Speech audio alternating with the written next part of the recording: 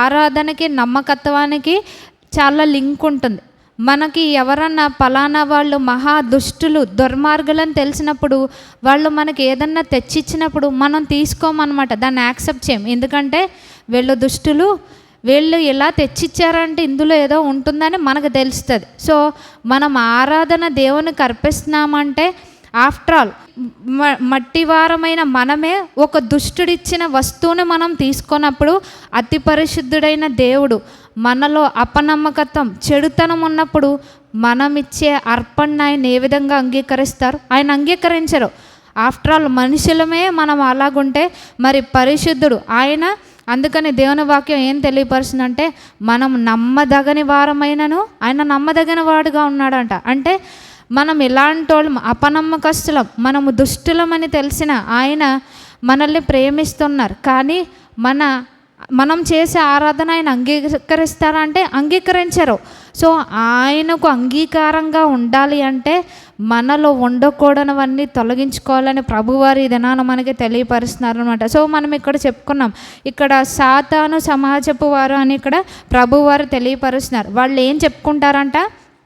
మేము దేవుని ప్రజలమే అని చెప్పుకుంటారనమాట. అంటే వీళ్ళకి ప్రార్థన చేయడం తెలుసు, వాక్యాలు బాగా తెలుసు, మందిరానికి వచ్చేవారే. అంటే సహవాసములో 100% పరిశుద్ధులు ఉండరనమాట. అందుకని ప్రభువారు ఏం చెప్తారంటే గోధుమలు వేసినప్పుడు గురుగులు కూడా వచ్చాయంట. ఏమంటారంటే కలిసి పెరగనివ్వండి, చివరిలో వాటి సంగతి చూద్దామని. సో అలాగా సంఘం అంతటిలో కూడా గురుగులు ఉంటాయని ప్రభువారు తెలియపరుస్తున్నారు. అంటే సాతాను సమాజపు వారు కూడా ఉంటారని ప్రభువారు తెలియపరుస్తున్నారనమాట. అంటే మందిరానికి వస్తారు, ప్రార్థనలు చేస్తారు, వాక్యం అన్నీ కూడా బాగా తెలుసు. కానీ వీళ్ళు చేసే ప్రత్యేకంగా ప్రభువారు వీళ్ళ గురించి ఎందుకు సాతాను సమాజపు వారు అన్నారంటే ఇక్కడ వీళ్ళు ఏం చేస్తున్నారని మనం చదువుకున్నాము, దూషిస్తూ ఉన్నారంట. అంటే ఎవరిని దూషిస్తున్నారంటే ఎవరైతే సత్యాన్ని ప్రకటించేవారుగా ఉంటారో వారిని దూషిస్తున్నారు, ఎవరైతే సత్యంగా జీవిస్తున్నారో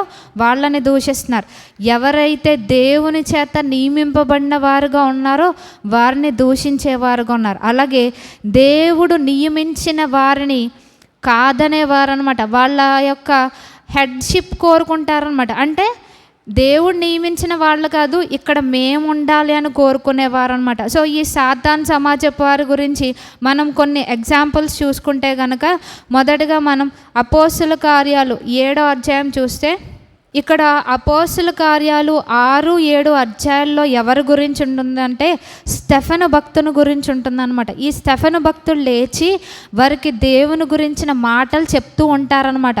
మాటలు చెప్తూ ఉన్నప్పుడు ఇక్కడ ఏమంటారు, ఇక్కడ ఏం జరుగుద్దంటే చాలాసేపు ఆయన మాట్లాడిన తర్వాత 54వ వచనంలో విన్న వాళ్ళ రియాక్షన్ ఏ విధంగా ఉందని ఇక్కడ ప్రభువారు తెలియపరుస్తున్నారంటే అపోస్తుల కార్యాలు 7:54 వారి మాటలు విని కోపంతో మండిపడి అతన్ని చూచి పండ్లు కొరికిరి. స్టెఫెను గారు చెప్పిన మాటలు వీళ్ళకి నచ్చలేదనమాట. అంటే ఆయన సత్యానికి విరోధంగా ఏమన్నా చెప్పాడా అంటే ఆయన దేవునికి విరోధంగా ఒక్క మాట కూడా మాట్లాడలేదు. దేవుడు ఏ విధంగా ఆయన్ని ప్రేరేపించారో కరెక్ట్గా అవే మాటలు, అదే మెసేజ్ వీళ్ళకి డెలివర్ చేశారనమాట. ఆయన చెప్పిందంతా మనం చూడం. కానీ 51వ వచనంలో ఆయన ఒక అవుట్లైన్ మనం చూస్తే ఇక్కడ ముష్కరులారా, హృదయములను చెవులను దేవుని వాక్యమునకు లోపరచని వారులారా, మీ పితరుల వలె మీరును ఎల్లప్పుడూ పరిశుద్ధాత్మని ఎదిరించున్నారు. ఇక్కడ ఏమంటున్నారు? వాళ్ళని ముష్కరులారా అంటున్నారు, మూర్ఖులారా అంటున్నారు. ఇక్కడ నిలబడి మనలో ఎవరినైనా మూర్ఖురాలా అంటే కనుక, మూర్ఖులారా అంటే మన ఎక్స్ప్రెషన్ ఏ రేంజ్లో ఉంటుందో ఇక్కడ వీళ్ళు చూపించారనమాట. మనం జనరల్గా లోపల దాచుకుంటూ ఉంటాం, ఇక్కడ వీళ్ళు బయటకు ఎక్స్పోజ్ చేశారు. ఏం చేశారు? 54వ వచనంలో కోపముతో మండిపడి స్టెఫెను గారిని చూచి పండ్లు కొరికారంట.